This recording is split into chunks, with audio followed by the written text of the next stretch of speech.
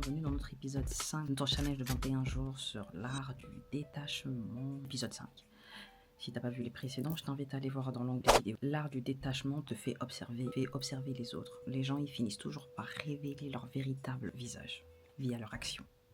Mais ils révèlent toujours leur visage par rapport à leur action, qui ils sont. Ils le révèlent via leur action. Si tu veux savoir qui sont les gens, regarde leur action. Pas toi, tes attentes, tes espérances, ce que t'attends qu'ils soient. Quand t'acceptes ça, t'arrêtes de vouloir arrondir leurs actions des autres, ce qu'ils ont fait, pour que ça soit à la hauteur de toi, ce que t'attends émotionnellement.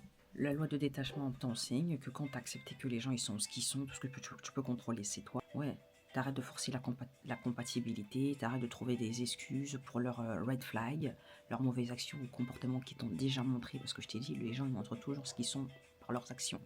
T'arrêtes de forcer la compatibilité, tu vois les choses telles quelles, t'arrêtes d'imaginer d'autres versions des choses comme ça, t'arrêtes d'imaginer, tu trouves des excuses, t'as de l'espoir, tu attends, t'as des attentes. Alors que les gens ils sont ce qu'ils sont, ils demandent toujours qu'est-ce qu'ils sont. Et ça s'appelle les red flags. Et imaginer d'autres versions d'eux et pour continuer dans ça.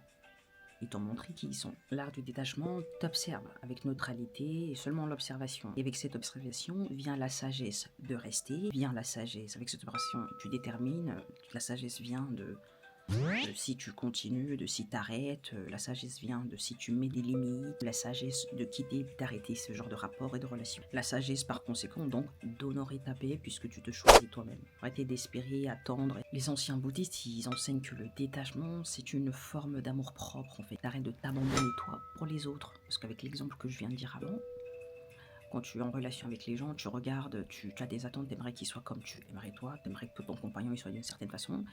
Et tu as des attentes en fait, alors que tu dois simplement observer et regarder ce qu'ils font.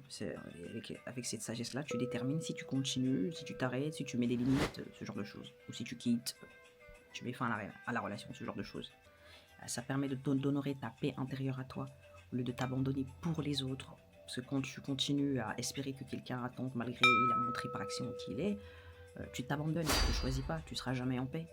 Ta paix sera toujours assujettie à le fait qu'il n'ait pas ce que tu attends de lui ou ce que tu aimerais, ce qui te correspond ou ce que tu veux voir. En fait, le détachement, il t'enseigne, il fait que tu t'assures que